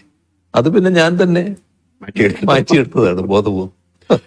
അങ്ങനെ ഈ കുടുംബത്തോടൊപ്പം ചെലവഴിക്കുന്ന ഏറ്റവും പ്രധാനപ്പെട്ട സമയം എന്താണ്? അത് ഒരു ദിവസത്തെ യാത്രയാണോ, അതോ ഒരുമിച്ചിരുന്ന് തീൻമേശയിൽ ഭക്ഷണം കഴിക്കുമ്പോഴാണോ? ഏറ്റവും പ്രധാനം തീന്മേശയിലെ ഭക്ഷണമാണ്. കാരണം ഞങ്ങൾ എല്ലാവരും ഒന്നിച്ചാണ് ഇരിക്കുക. ആരൊക്കെ ഉണ്ടോ എല്ലാവരും ഒന്നിച്ചാണ് ഇരിക്കുക. ആ ഘട്ടത്തിൽ എൻ്റെ സുഹൃത്തുക്കളുണ്ടെങ്കിൽ അവരും ഒന്നിച്ചാണ് ഇരിക്കുക. അങ്ങനെ ഒരു അവസ്ഥയാണ് എപ്പോഴും സ്വീകരിക്കാറ്. അപ്പോൾ അതാണ് ഏറ്റവും നല്ല സമയം. എപ്പോഴും ഭക്ഷണം എല്ലാവരും കൂടി ഒന്നിച്ച് കഴിക്കുന്നത് തന്നെയാണ് നല്ലത് എന്നാണ് ഉള്ള അഭിപ്രായക്കാരനാണ്. അപ്പൊ ഞാനൊരു പാട്ട് പാടാൻ പറഞ്ഞാൽ ഇപ്പൊ പാടുന്നില്ല, കുറച്ച് കഴിഞ്ഞ് പാടാം അല്ലേ? ഞാൻ ഇടയ്ക്കിടയ്ക്ക് പറയും. സാറിന്റെ പിന്നെ മക്കളോ പേരക്കുട്ടിയോ അങ്ങയോട് പറയുന്നൊരു സൂപ്പർ ഹീറോ കഥകളൊക്കെ ഉണ്ടോ? അങ്ങനെ ഒന്ന് പറയാറുണ്ടോ? ഈ ചെറിയ കുട്ടിയായിരിക്കുമ്പം പേരക്കുട്ടിക്ക് വലിയ ഹീറോകളെ പറ്റി വലിയ അഭിപ്രായങ്ങൾ ഉണ്ടായിരുന്നു. ഒരുപാട് ആളുകളെ പറ്റി പറയുന്നത്. അങ്ങയോട് വന്ന് സംസാരിക്കും. അതെ. ഈ ഒഴിവുവേളകളില്ല അങ്ങനത്തെ ഒരാളാണെന്ന് എനിക്കറിയാം. എന്നാലും ചോദിക്കുകയാണ്, വീണ് കിട്ടിയ ഒഴിവുവേളകളിൽ എന്ത് ചെയ്യാനാണ് ഇഷ്ടം? അല്ല, ഒഴിവുവേള ഉണ്ടെങ്കിൽ വായന നല്ല ഇഷ്ടമാണ്. പിന്നെ ചില ഘട്ടത്തിൽ പിന്നെ ടിവിയിൽ ഇപ്പൊ സിനിമയൊക്കെ വരുന്നുണ്ടല്ലോ, ചില ഘട്ടത്തിൽ അത് കാണും. അങ്ങനെയൊക്കെയുള്ള കാര്യങ്ങൾ ഞാൻ ചെയ്യും. കുടുംബത്തോടൊപ്പം യാത്ര ചെയ്യാറുണ്ട്? അങ്ങനത്തെ മറക്കാനാവാത്ത യാത്രകളുണ്ടോ? യാത്ര എനിക്കിഷ്ടമാണ്, യാത്ര ചെയ്യാറുണ്ട്. അതിൽ ഏറ്റവും പ്രധാനപ്പെട്ട യാത്ര, ഒരു മറക്കാനാവാത്ത യാത്ര എന്ന് പറയുന്നത് എൻ്റെ സിംഗപ്പൂർ യാത്രയാണ്. ഞാനും വൈഫും മകളും എല്ലാം കൂടി പിന്നെ ഒരു യാത്ര നേരത്തെ ഉണ്ടായിരുന്നു. അപ്പൊ അത് ഇത് കഴിഞ്ഞപ്പോഴാണ്, നമ്മുടെ വൈദ്യുതി മന്ത്രി സ്ഥാനം പോയപ്പോഴാണ്. അപ്പൊ എൻ്റെ കയ്യിൽ ആ സമയത്തുള്ള യാത്ര ചെയ്യുമ്പോൾ നമുക്ക് കിട്ടുന്ന പോയിന്റ്സ് ഉണ്ട്. അതെ. അപ്പൊ അത് ഉപയോഗിച്ചാണ് ഇവിടത്തേക്ക് പോകുന്നത്. ഭയങ്കര കഥ അതിനെ പറ്റി. ഞാൻ യാത്ര പോകേണ്ട താമസം എന്തോ ആരും ഇതേവരെ യാത്ര ചെയ്യാത്ത പോലെ ഭയങ്കരമായ വാർത്തകൾ വന്നു. പക്ഷെ അത് നല്ല ആസ്വദിച്ച യാത്രയായിരുന്നു. ഈ വാർത്ത വന്നു എന്നുള്ളത് കൊണ്ട് വല്ലാതെ വിഷമമൊന്നും എനിക്ക് അന്നുമില്ല, ഇപ്പോഴും ഇല്ല. അതാണ് അതിന്റെ രീതി. ആ യാത്ര നല്ല യാത്രയായിരുന്നു. അങ്ങനെ സിനിമകളൊക്കെ കാണുന്ന ആളാണ്, മലയാള സിനിമകളൊക്കെ കാണുന്നതാണ്. അങ്ങനെ മലയാള സിനിമയിൽ ഏറ്റവും പ്രിയപ്പെട്ട ഒരു കഥാപാത്രം ഏതാണെന്ന് ചോദിച്ചു കഴിഞ്ഞാൽ അങ്ങേക്ക് പറയാൻ പറ്റും? അത് അങ്ങയുടെ ജീവിതത്തിൽ എന്തെങ്കിലും ഒരു പ്രതിഫലിക്കുന്ന ഒരു കഥാപാത്രം ഉണ്ടോ? അല്ല, മലയാള സിനിമയിൽ ധാരാളം കഥാപാത്രങ്ങൾ നമ്മൾ ഓർത്തു വെക്കുന്നവരായിട്ടുണ്ടല്ലോ. ഒരു സാമൂഹ്യ പ്രതിബദ്ധതയുള്ള ഒരു കഥാപാത്രം അങ്ങയുടെ തന്നെയാണെന്ന് എനിക്ക് തോന്നുന്നു. ഒരു മെഡിക്കൽ വിദ്യാർത്ഥിയായിട്ട് ചേർന്നിട്ട് ആ മെഡിക്കൽ വിദ്യാർത്ഥി റാഗിങ്ങിന് നേതൃത്വം കൊടുത്ത് അമൃതം ഗമയ MT എഴുതിയത് അല്ലേ? ഹരിഹരൻ. അതെ, ഹരിഹരൻ. അപ്പോ അതിനകത്ത് പിന്നെ നിങ്ങളാണ് ആ പിന്നെ ഇതായിട്ട് വരുന്നത്. അപ്പോ അവിടെ മാതൃകാ ഡോക്ടറായിട്ടാണ് പിന്നെ പ്രവർത്തിക്കാൻ ശ്രമിക്കുന്നത്. നിങ്ങൾക്ക് ഒരുപാട് നഷ്ടങ്ങൾ സംഭവിക്കുന്നുണ്ട്. പക്ഷെ അതൊന്നും പിന്നെ അവരിങ്ങനെ മുഖവിലക്കെടുക്കാതെ നിങ്ങൾ നിങ്ങളുടെ ആശയത്തിൽ തന്നെ ഉറച്ചു നിൽക്കുന്നു. ഒരു നല്ല സാമൂഹ്യ പ്രതിബദ്ധതയുള്ള ഒരു കഥാപാത്രമായിരുന്നു. ഞാൻ അങ്ങോട്ട് ചോദിക്കാൻ, മോഹൻലാൽ സിനിമകളിൽ അങ്ങേക്ക് ഏത് കഥാപാത്രത്തിനോടാണ് താല്പര്യം? ഇപ്പൊ അത് അങ്ങ് പറഞ്ഞു കഴിഞ്ഞു. ഇതാണ് നല്ല ഇതായിട്ട് എനിക്ക് തോന്നിയത്. ഇതൊരു ഏതെങ്കിലും ഒരു സിനിമ സീൻ അത് അങ്ങ് യഥാർത്ഥ ജീവിതത്തിൽ പ്രയോഗിക്കാൻ ശ്രമിച്ചിട്ടുണ്ടോ, സാധിച്ചിട്ടുണ്ടോ? അല്ല, അങ്ങനെ ഞാൻ ചോദിക്കാറില്ല. ഇല്ല. പക്ഷെ ചില രംഗങ്ങൾ കാണുമ്പോൾ നമ്മുടെ ജീവിതവുമായിട്ട് ബന്ധപ്പെട്ട് ചില കാര്യങ്ങൾ താരതമ്യപ്പെടുത്താറുണ്ട്, ഓർക്കാറുണ്ട്. ഇതൊരു ഒരു സിനിമയിൽ അഭിനയിക്കാൻ അങ്ങേക്ക് ഒരു ക്ഷണം വന്നാല് എന്ത് തരത്തിലുള്ള റോളുകൾ ചെയ്യാനായിരിക്കും ഇഷ്ടം? അല്ല, അതിന്റെ കാലം കഴിഞ്ഞല്ലേ. ഇനിയിപ്പോ അതിന്റെ കാലം കഴിഞ്ഞല്ലോ. അത് ഇതിനു മുമ്പായി കുറച്ചുകൂടെ മുമ്പായിരുന്നെങ്കിൽ ചിലപ്പോ ഇപ്പൊ ആകെ പറ്റുന്ന റോളൊന്നല്ലേ ഉള്ളൂ. പ്രായമുള്ള ഒരാളുടെ റോൾ അതല്ലേ പറ്റും. അതായത് ഇപ്പൊ ഞാൻ എന്നോട് അല്ലെങ്കിൽ മമ്മൂട്ടിക്ക, കമലഹാസനോടൊക്കെ അങ്ങേക്ക് നല്ല സൗഹൃദമാണ്. ഞാൻ കഴിഞ്ഞ ദിവസം എന്റെ ഒരു സുഹൃത്ത് രഹസ്യമായിട്ട് പറഞ്ഞു, മുഖ്യമന്ത്രിക്ക് വളരെ ഇഷ്ടപ്പെട്ട സിനിമ രജനീകാന്തിന്റെയാണ്. അങ്ങേക്ക് കൂടുതൽ രജനീകാന്തിന് വലിയ ഇഷ്ടമുള്ള ഒരാളാണ്. അതൊരു ഘട്ടത്തിൽ അതായിരുന്നു എന്നുള്ളത് ശരിയാണ്. കാരണം നമ്മുടെ TV-കളില് സിനിമകൾ ഇങ്ങനെ വരുന്ന കാലത്ത് KTV, അതെ അതെ, അപ്പൊ ആ കാലത്ത് അതില് ധാരാളം രജനി പടങ്ങൾ വരാറുണ്ട്, അതും ആക്ഷൻ സിനിമകൾ. ആക്ഷൻ പടങ്ങൾ. പൊതുവിൽ ഞാൻ ആക്ഷൻ പടങ്ങൾ ഇഷ്ടപ്പെടുന്ന ഒരാളാണ്. അത് അങ്ങയുടെ ആക്ഷൻ പടങ്ങൾ ഞാൻ ധാരാളം പിന്നെ കണ്ടിട്ടുണ്ട്. എല്ലാവരുടെയും നിങ്ങളുമായിട്ടെല്ലാമുള്ള സൗഹൃദം കാത്തു സൂക്ഷിക്കുമ്പോൾ തന്നെ ഈ ഈ പടങ്ങളോട് ഒരു പ്രത്യേകത എനിക്ക് തോന്നിയിരുന്നു, പുള്ളിയുടെ ഒരു രീതികളോട്. അതെ, അതാണ് കൂടുതലും എനിക്ക് തോന്നുന്നത് അങ്ങേക്ക് അതൊരു ആക്ഷൻ സീനിനോടുള്ള താല്പര്യമാണ്. ഞാൻ നേരത്തെ പറയുകയായി, ഷണ്ട് സിനിമകളെ ഇഷ്ടപ്പെടുന്ന ഒരു വ്യക്തിത്വമാണ് അങ്ങ്. സർ, ഈ സിനിമയില് ചിലപ്പോഴൊക്കെ പോലീസ് മർദ്ദനത്തിന് വിധേയനാകുന്ന കഥാപാത്രങ്ങളെ ഞാൻ അവതരിപ്പിച്ചിട്ടുണ്ട്. പക്ഷെ അതൊക്കെ ക്യാമറയ്ക്ക് മുന്നിലുള്ള അനുഭവമാണ്. പക്ഷെ ജീവിതത്തില് അത് ഒരുപാട് നേരിട്ട ഒരാളെന്ന നിലയ്ക്ക് അടിയന്തരാവസ്ഥ കാലത്ത് നേരിടേണ്ടി വന്ന ക്രൂരമായ പോലീസ് മർദ്ദനം, ലോക്കപ്പിലെ ആ ഭീകരമായ രാത്രികൾ, പിന്നീട് ജയിൽവാസം, ഇതെല്ലാം ശേഷം ആ ചോര പുരണ്ട ഷർട്ട് ഉയർത്തിപ്പിടിച്ച് നിയമസഭയിൽ അങ്ങ് നടത്തിയ പ്രസംഗം ചരിത്ര പ്രസിദ്ധമാണ്. ആ ഷർട്ട് അന്ന് അങ്ങ് ഇന്ന് സൂക്ഷിക്കുന്നുണ്ടോ? ഇപ്പൊ എന്റെ കയ്യിലില്ല, ഇപ്പൊ എന്റെ കയ്യിലില്ല. പക്ഷെ അതുവരെ ഞാൻ സൂക്ഷിച്ചിരുന്നു. അത് അതൊക്കെ ഒരു പ്രത്യേക അനുഭവത്തിലുള്ളതാണല്ലോ. നമ്മളെ ലോക്കപ്പില് ഞാനന്ന് ചെറുപ്പമാണ്, അതുകൊണ്ട് അതിനെ അതിജീവിക്കാൻ കഴിഞ്ഞു എന്ന് പറയാം. പക്ഷെ നമ്മുടെ അടിച്ച് തോല് പൊളിക്കുക എന്ന് പറയുന്നില്ലേ, എൻ്റെ ഈ ശരീരത്തിന്റെ തൊലി പൊളിഞ്ഞു പോയിരുന്നു. ഈ അടി കൊണ്ടിട്ട് നീര് കെട്ടിയിട്ട് അതിന്റെ ആ തൊലി പോയിട്ട് വേറെ തൊലി വന്നിരുന്നു. അങ്ങനത്തെ ഒരു അവസ്ഥയുണ്ടായിരുന്നു. അത്തരത്തിലുള്ളതായിരുന്നു തല്ല്. പിന്നെ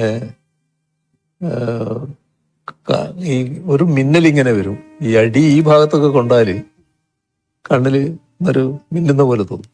അങ്ങനെയൊക്കെയുള്ള തല്ലായിരുന്നു അത്. അത് വളരെ വളരെ കടുത്ത മർദ്ദനായിരുന്നു. അല്ല, ആഭ്യന്തര വകുപ്പിന്റെ ചുമതലയുള്ള മുഖ്യമന്ത്രിയായി ഭരണം നടത്തുമ്പോൾ അന്ന് പോലീസ് മർദ്ദനമേറ്റ് കിടന്ന 28-29 വയസ്സുകാരൻ ഓർമ്മയിൽ വരാറുണ്ടോ? കാര്യം ശരീരത്തിലെ മുറിവിനേക്കാൾ വലിയ പോറലുകൾ അന്ന് മനസ്സിലേറ്റിട്ടുണ്ടെന്ന് നിങ്ങൾക്കറിയാം. ആ മാനസികാവസ്ഥ ഇന്ന് തിരിഞ്ഞു നോക്കുമ്പോൾ എങ്ങനെയാണ് അങ്ങ് വിലയിരുത്തുന്നത്? അല്ല, അത്തരം ഒരവസ്ഥ ഉണ്ടാകാതിരിക്കുക എന്നുള്ളതാണ് പൊതുവിൽ ഞാൻ ആഗ്രഹിക്കുന്നത്. അതുകൊണ്ട് തന്നെ ലോക്കപ്പിലുള്ള മർദ്ദനത്തോട് ഒരു ദയയും കാണിക്കാറില്ല. അത്തരം ഉദ്യോഗസ്ഥരോട് കടുത്ത സമീപനം സ്വീകരിക്കുന്ന നിലയാണ് സ്വീകരിച്ചു പോകാറ്.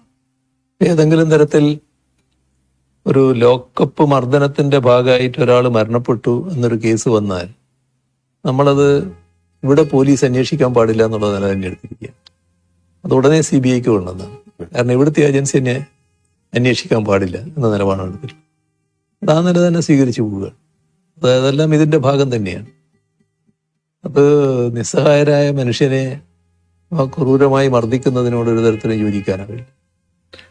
അങ്ങ് നേരത്തെ പറഞ്ഞ ഒരു കാര്യമാണെങ്കിലും ഏത് രംഗത്ത് പ്രവർത്തിക്കുന്നവരാണെങ്കിലും ഇന്ന് നേരിടുന്ന ഒരു ദുരവസ്ഥ വ്യക്തിപരമായ അധിക്ഷേപങ്ങളും വ്യാജ ആരോപണങ്ങളും നേരിടേണ്ടി വരുന്നു എന്നതാണ്. അത് രാഷ്ട്രീയ രംഗത്ത് മാത്രമല്ല, കലാരംഗത്തും ഒക്കെ ഉണ്ട്. വ്യക്തിപരമായ അധിക്ഷേപങ്ങളെ അങ്ങ് ഒരുപാട് നേരിട്ടിട്ടുമുണ്ട്. ഇങ്ങനെ പതരാതെ നേരിടാൻ പ്രാപ്തനാക്കിയത് അങ്ങയുടെ രാഷ്ട്രീയ പശ്ചാത്തലമാണോ, അത് മറ്റു ജീവിതാനുഭവങ്ങളാണോ? അത് നമ്മുടെ മനസ്സെപ്പോഴും ക്ലീൻ ആയിരിക്കണം. നമ്മുടെ മനസ്സിലൊരു കുറ്റബോധം ഉണ്ടാകരുത്. നിങ്ങളൊരു ആരോപണം ഉയർന്നു വരുമ്പോൾ ആ ആരോപണത്തിന്റെ ഭാഗമായുള്ള എന്തെങ്കിലും ഒരു അംശത്തിന്റെ പങ്കാളിത്തം നമുക്കുണ്ടെങ്കിൽ നമുക്കൊരു കുറ്റബോധം വരും. ഒന്നുമില്ലാത്തൊരു കാര്യം പറഞ്ഞു കേൾക്കുമ്പോൾ അതിനൊരു ചിരിയോടെ നേരിടാൻ നമുക്ക് സാധിക്കും. ഇപ്പോ എന്തെല്ലാം ആരോപണങ്ങൾ വന്നിരിക്കുന്നു. ഒരു ഘട്ടത്തില് കേരളത്തിലെ ഒരുപാട് സ്ഥലങ്ങൾ എൻ്റെ പേരിലുള്ളതാണെന്ന് വന്നിരുന്നു. ഒരു വീട് തന്നെ കാണിച്ചുകൊണ്ട് അത് എൻ്റെ വീടാണ് എന്ന്, മറ്റൊരാളുടെ വീട് എൻ്റെ വീടാണെന്ന് കാണിച്ചുകൊണ്ട് വാർത്തകൾ വന്നു. ആ വീട്ടുടമ തന്നെയാണ് എന്നെ അറിയിക്കുന്നത്, ഇതെന്റെ വീടാണ്, നിങ്ങളുടെ വീടല്ല. ഇങ്ങനെയാണ് വാർത്ത വന്നിട്ടുള്ളത്. പിന്നെ സിംഗപ്പൂര് കമല ഇന്റർനാഷണൽ, അങ്ങനെ ഒരു കമ്പനിയുണ്ട്. ഇങ്ങനെയുള്ള ഒരുപാട് വാർത്തകൾ. അപ്പോ അതൊന്നും നമ്മളെ ബാധിക്കുന്നില്ല, ഒരു തരത്തിലും ബാധിക്കേണ്ട കാര്യമില്ല. അതിന് എന്നെ പ്രേരിപ്പിക്കുന്ന കാര്യം എന്താന്ന് പറഞ്ഞാൽ, അല്ലെങ്കിൽ എന്നെ അങ്ങനെ ഒരു രൂപത്തിലേക്ക് എത്തിക്കുന്നത്, തെറ്റുകൾ നമ്മൾ ചെയ്യരുത്. എൻ്റെ പൂർണ്ണമായ വിശ്വാസം ഇതേവരെയുള്ള എൻ്റെ ജീവിതത്തിൽ എന്തെങ്കിലും തരത്തിലുള്ള ഒരു തെറ്റ് ഞാൻ ചെയ്തു എന്ന് എനിക്ക് ബോധ്യമില്ല. അതുകൊണ്ട് തന്നെ എനിക്ക് നല്ല രീതിയിൽ മുന്നോട്ട് പോകാൻ പറ്റും. പക്ഷേ നമ്മുടെ സമൂഹത്തിൽ വലിയ തെറ്റായ ധാരണകൾ നിലനിൽക്കുന്നുണ്ട് നമ്മൾ കാണണം. ഇപ്പോൾ ഒരു അനുഭവം ഞാൻ പറഞ്ഞാൽ, മുൻപ് അന്ന് ഞാൻ മന്ത്രിയൊന്നുമല്ല, ഞാൻ പിന്നെ പാർട്ടിയുടെ ഒരു പ്രധാനിയായിട്ട് നിൽക്കുന്ന കാലമാണ്. അങ്ങനെ ഒരാൾക്ക് ഒരു ട്രാൻസ്ഫർ വേണം. ഒരാളുടെ മകനാണ്, പാവപ്പെട്ടൊരു മനുഷ്യനാണ്. അയാൾ എൻ്റെ അടുത്ത് വന്നു. ഞാനത് ബന്ധപ്പെട്ട ആളെടുത്ത് പറഞ്ഞു, കൊടുക്കാമെന്ന് പറഞ്ഞു. അങ്ങനെ ഒരു ഇടക്ക് നാട്ടിൽ ചെല്ലുമ്പോഴാണ് ഇത് വരുന്നത്. ഇദ്ദേഹമാണെങ്കിൽ ഞാനുമായിട്ട് വളരെ അടുത്ത ബന്ധമുള്ള ആളാണ്. എനിക്ക് വീട്ടിലെത്താൻ വേണ്ടി ചിലപ്പോൾ പുഴ കടന്നു പോകണം. ഇപ്പോൾ രാത്രി ചിലപ്പോൾ 11 മണി വന്ന് അങ്ങനെയൊക്കെ ആയിട്ട് വരുമ്പോൾ ഇദ്ദേഹത്തെ പോയി വിളിച്ചിട്ട്, ഇദ്ദേഹമാണ് തോണി എന്നാണ് നമ്മൾ പറയുക, വഞ്ചിക്ക്, ആ തോണിയിൽ ഇങ്ങോട്ട് കടത്തുന്നത്. അങ്ങനെ ബന്ധമുള്ള ഒരാളാണ്. ചെറുപ്പം മുതലേ എന്നെ അറിയുന്നയാളാണ്. പക്ഷേ ഒരു 2-3 തവണ ഇദ്ദേഹം വന്നതിന് ശേഷം ഒരു ദിവസം എന്നോട് പറയാണ്, അല്ല ഞാൻ എന്തെങ്കിലും വേറെ ചെയ്യേണ്ടതുണ്ടെങ്കിൽ ചെയ്യാം എന്ന് പറയും. അപ്പൊ എനിക്കത് പെട്ടെന്ന് എനിക്ക് മറ്റൊരു തോന്നലും ഉണ്ടാകുന്നില്ല. നിങ്ങൾ എന്ത് ചെയ്യാനാണ് ഇതിൻ്റെ അകത്ത് ചെയ്യാൻ വേണ്ട കാര്യങ്ങൾ പറഞ്ഞിട്ടുണ്ടല്ലോ. അല്ല ഞാൻ മറ്റെന്തെങ്കിലും വീണ്ടും പറഞ്ഞപ്പോൾ എനിക്കൊരു സംശയമായി. എന്താ നിങ്ങൾ പൈസയായിട്ടാണോ ഉദ്ദേശിക്കുന്നത് ചോദിച്ചേ? അതെ. അപ്പൊ ഞാൻ കുറെ കൂടി മാറ്റാ. അപ്പൊ ഞാൻ പറഞ്ഞു, നമുക്ക് ഇവിടെ നിർത്താം, എഴുന്നേറ്റ് ഇറങ്ങിക്കോളൂ എന്ന് പറഞ്ഞു. അത് അത്രയും ഞാനിപ്പോൾ നിങ്ങളോട് പറയുന്നുണ്ട്. മറ്റൊന്നും നിങ്ങളായതുകൊണ്ട് ഞാൻ പറയുന്നില്ല, നിങ്ങളിപ്പോൾ ഇറങ്ങിക്കോളൂ. അപ്പൊ പിന്നെ അദ്ദേഹം പോയി അവിടെയുള്ള ആൾക്കാരോട് എനിക്കിങ്ങനെ അബദ്ധം പറ്റിപ്പോയി ഇങ്ങനെ പറഞ്ഞു എന്നൊക്കെ. എനിക്ക് പിന്നെയും വിരോധമില്ല. പിന്നെ ആ പാവത്തിന്റെ മകന് പിന്നെ ട്രാൻസ്ഫർ കിട്ടുകയും ചെയ്തു. ഒരു കോർപ്പറേഷന്റെ ഭാഗമായി ചെയ്യേണ്ടതായിരുന്നു. അപ്പൊ അതാണ് നമ്മുടെ നാട്ടിലൊരു ധാരണ. ഇത് ഇങ്ങനെ നമ്മളെ ചെറുപ്പത്തിലെ അറിയുന്ന ആൾക്ക് പോലും ഇങ്ങനെ തോന്നുകയാണ്, ഇങ്ങനെ ചെയ്യാൻ പറ്റൂലേ. അത് നാടിൻ്റെ ഒരു രീതിയായിട്ട് വന്നിട്ടുണ്ട്. പക്ഷെ അതിൽ നിന്ന് വ്യത്യസ്തമായിട്ട് തന്നെ നിൽക്കാൻ അന്നും കഴിഞ്ഞിട്ടുണ്ട്, ഇന്നും കഴിയുന്നുണ്ട്, നാളെയും അതിന് മാറ്റം വരില്ല എന്ന് തന്നെയാണ് എൻ്റെ ഒരു പൂർണ്ണ ബോധ്യം. അങ്ങനെ ജീവിതത്തിൽ ഏറ്റവും എപ്പോഴെങ്കിലും ഒരു കരഞ്ഞു പോയ സന്ദർഭമുണ്ടോ? അമ്മയുടെ മരണം അതല്ലാതെ? അത് നമ്മളെ വല്ലാതെ വേദനിപ്പിച്ച സംഭവങ്ങൾ ധാരാളമുണ്ട്. അത് വേദനിപ്പിച്ച ധാരാളം സംഭവങ്ങളുണ്ട്. ഇപ്പോ ഏറ്റവും അധികം വിഷമം തോന്നുന്നത് നമ്മുടെ ഒന്നിച്ചുള്ളവരും നമ്മളെ വിട്ടുപിരിയുമ്പോൾ, നമുക്ക് ശേഷം വിട്ടുപിരിയേണ്ടവരാണെന്ന് കരുതുന്നവർ വിട്ടുപിരിയുമ്പോൾ ഒക്കെ ഉണ്ടാകുന്ന പ്രയാസങ്ങളുണ്ട്. അതിപ്പോ പരസ്യമായിട്ട് തന്നെ പ്രകടമായതാണ്. കോടിയേരി ബാലകൃഷ്ണന്റെ ആ അനുശോചന യോഗത്തിൽ സംസാരിക്കാൻ, ആ സംസാരം പൂർത്തിയാക്കാൻ എനിക്ക് കഴിഞ്ഞില്ല. അത് സ്വാഭാവികമായിട്ട് വരുന്ന ഒന്നാണ്. അങ്ങനെയുള്ള ചില ഘട്ടങ്ങൾ ഉണ്ടായിട്ടുണ്ട്. അങ്ങേക്ക് ജീവിതത്തിൽ എന്തിനെങ്കിലും ഭയമുണ്ടോ? ഭയം എന്നത് ആ തരത്തിലില്ല. പക്ഷെ പൊതുവിൽ ഞാൻ പാർട്ടിക്ക് കീഴ്പ്പെട്ടു പോകുന്ന ഒരാളാണ്. പാർട്ടി ആഗ്രഹിക്കുന്ന പൊതുവായ നിലപാടുകളുണ്ട്. ആ നിലപാടുകളിൽ അണുകിട വ്യത്യാസം വരരുതെന്ന് ചിന്തിക്കുന്ന ഒരാളാണ് ഞാൻ. അതിനെ ഭയന്ന് ഞാൻ ജീവിക്കുകയാണ്. അങ്ങനെയൊരു ഭയമുണ്ട് എന്ന് വേണമെങ്കിൽ പറയാം. മറ്റ് തരത്തിലുള്ള ഭയം എന്നെ അധികം ബാധിക്കാറില്ല. ജീവിതത്തിലെ എന്തിന്റെയെങ്കിലും പേരിൽ അങ്ങ് പശ്ചാത്തപിച്ചിട്ടുണ്ടോ? പശ്ചാത്തപിക്കേണ്ടി വന്നിട്ടുള്ളൊരു ഘട്ടം പറഞ്ഞാല്, എൻ്റെ ഒരു കോളേജ് പഠനകാലത്ത് ഒരു സുഹൃത്തുണ്ടായിരുന്നു, നല്ല അടുത്ത സുഹൃത്താണ്. അപ്പൊ ആ വിദ്വാൻ നല്ല വലിയ കാശുള്ള ആളാണ്, സായിപ്പിന്റെ മകനായിട്ടുള്ള ആളാണ്. അതിന്റെ ഭാഗമായിട്ട് തന്നെ കാശ് ധാരാളമുണ്ട്. അന്ന് ഈ ട്രൗസറിന്റെ പോക്കറ്റിൽ നിന്ന് 100 നോട്ടുകൾ എടുക്കുന്ന ഒരു വിദ്വാനാണ്. അങ്ങനെ കാശുണ്ടാകുന്ന ഒരു വിദ്വാൻ. പക്ഷെ എന്നെ വലിയ കാര്യമായിരുന്നു, വളരെ അടുത്ത ബന്ധത്തിലായിരുന്നു. മദ്യപാനത്തിലേക്ക് നീങ്ങി പുള്ളി. അപ്പൊ ഞാനന്ന് ഒരു വിദ്യാർത്ഥി പ്രവർത്തകനും ഒക്കെ ആയിട്ട് മാറിയിട്ടുള്ള കാലമാണ്. അപ്പൊ ഞാൻ പറഞ്ഞു, അത് ശരിയല്ലേ, ഇത് മദ്യം ഉപയോഗിക്കാൻ പാടില്ല എന്ന് പറഞ്ഞു. പക്ഷെ അത് വല്ലാതെ പരിധി വിട്ട് പ്രയോഗിക്കുന്നവരാണ്. അപ്പൊ പിന്നെ ഞാൻ ആ ബന്ധം അങ്ങ് വിച്ഛേദിച്ചു. പിന്നെ എനിക്ക് പലപ്പോഴും തോന്നിയിട്ടുണ്ട്, ആ ബന്ധം വിച്ഛേദിച്ചത് അയാളെ കൂടുതൽ നാശത്തിലേക്ക് എത്തിച്ചു. അയാൾ വല്ലാതെ തകർന്നുപോയി. തകർന്നൊരു പൂർണ്ണമായ മദ്യപാനിയായി റോഡ് വക്കിലൊക്കെ ഇരിക്കുന്ന സൈസായിട്ട് മാറിയിരുന്നു. അപ്പൊ അത് പിന്നെ എന്നെ ഒരു കുറ്റബോധത്തിലേക്ക് നയിച്ചിരുന്നു. അത് അന്ന് ഞാൻ അങ്ങനെ വിട്ടിരുന്നില്ലെങ്കിൽ ഞാനുമായിട്ടുള്ള അടുപ്പം തുറന്നിരുന്നുവെങ്കിൽ അയാൾ മദ്യപിക്കുമായിരുന്നു. പക്ഷെ ഇതുപോലൊരു മദ്യപാനിയായിട്ട് മാറില്ലായിരുന്നു എന്നാണ് എൻ്റെ ഒരു തോന്നൽ. അതാണ് എനിക്കൊരു കുറ്റബോധം തോന്നിയ ഒരു കാര്യം. മറ്റൊന്ന് കാര്യങ്ങൾ അങ്ങനെ തോന്നിയിട്ടില്ല. അപ്പൊ അങ്ങയുടെ ദൗർബല്യം എന്താണ് എന്ന് ഞാൻ ചോദിച്ചാൽ എന്തായിരിക്കും ഒരു ഉത്തരം? അത് എന്താണെന്ന് ഇപ്പോ ദൗർബല്യം മനസ്സിലാക്കുന്ന ചില ആൾക്കാർ കണക്കാക്കിയത് എൻ്റെ ദൗർബല്യം എൻ്റെ മക്കളാണെന്നാണ്. അങ്ങനെ ഒരു ദിവസം രാവിലെ എൻ്റെ ഒരു കോളേജ് കാലത്തുള്ള ഒരാള് രാഷ്ട്രീയമായിട്ട് വിരുദ്ധചേരിയിലാണ്. രാവിലെ എൻ്റെ വീട്ടിൽ വരികയാണ്. എതിർചേരിയിലാണ്, ഭയങ്കര എതിരാടിയാണ്. രാവിലെ വീട്ടിൽ വരികയാണ്. എന്താ പേര് ഞാൻ പറയുന്നില്ല, എന്താന്ന് ചോദിച്ചപ്പോ ഇരിക്കുന്നു പറഞ്ഞു. അല്ല, ഞാനൊരു കാര്യം പറയാൻ വന്നതാണ്. പറഞ്ഞു നിങ്ങളെ നല്ല വിജയന്റെ എന്നാണ്. വിജയന്റെ മക്കളെ നേരെ ഒരു നോട്ട് കൊടുത്തിട്ടുണ്ട്. ആളെ പേര് പറയുന്നുണ്ട്. അത് തട്ടിക്കൊണ്ടുപോകാനാണ്. ഇയാളുടെ പ്രധാന സുഹൃത്താണ് ഈ ചെയ്യുന്നത്. ഈ പ്രധാന സുഹൃത്താണ് ഇത് പ്ലാൻ ഇട്ടിട്ടത്. അപ്പൊ ആ സുഹൃത്തിനോട് ഇയാൾ പറഞ്ഞു, പിന്നെ അതും ചെയ്യാൻ പാടില്ല, അതൊക്കെ പിന്നെ നാട് കത്തും, അന്ന് അങ്ങനെ ഒരു വഴിക്ക് പോകരുത് എന്നൊക്കെ പറഞ്ഞു. പക്ഷേ അവനായതുകൊണ്ട് എനിക്ക് ഉറപ്പില്ല, ചിലപ്പോൾ നടന്നേക്കാം. അപ്പൊ ഞാൻ ചിരിച്ചു. അല്ല, നിങ്ങൾ ചിരിക്കുക ചെയ്യാന്ന് എനിക്കറിയാം, എന്നാലും ഇത് ശ്രദ്ധിക്കേണ്ട ഒരു കാര്യമാണ്. എന്ത് ശ്രദ്ധിക്കാനാണ്? ഞാൻ എന്ത് ശ്രദ്ധിക്കും? ഭാര്യയോട് പറയാൻ പറ്റും? പറഞ്ഞാൽ പിന്നെ പിന്നെയുള്ള അവസ്ഥ എന്താണ്? അതെ, ഈ കുട്ടികളോട് പറയാൻ പറ്റും? അത് പിന്നെ വരുന്നിടത്ത് കാണാൻ നോക്കല് മാത്രമേ പറ്റൂ. അപ്പോ ദൗർബല്യം എന്നുള്ളത് മറ്റുള്ളവരാണല്ലോ വിലയിരുത്തുന്നത്. അങ്ങനെ കണ്ടത് കുട്ടികളാണ് ദൗർബല്യം എന്നുള്ള മട്ടിലാണ്. സംഭവ ബഹുലമായ ജീവിതമാണ് അങ്ങ് കടന്നു പോകുന്നത്. എപ്പോഴെങ്കിലും തളർന്നു പോയ നിമിഷങ്ങൾ ഉണ്ടായിട്ടുണ്ടോ? ഒരു ഘട്ടത്തിലും അങ്ങനെ തളർന്നു പോയിട്ടില്ല. കാരണം തളരാൻ വേണ്ടിയുള്ള തളർത്താൻ വേണ്ടിയുള്ള ഒരുപാട് ശ്രമങ്ങൾ ഉണ്ടായിട്ടുണ്ടെങ്കിലും ആ ഘട്ടത്തിലൊക്കെ എൻ്റെ വിശ്വാസം പാർട്ടിയിലാണല്ലോ.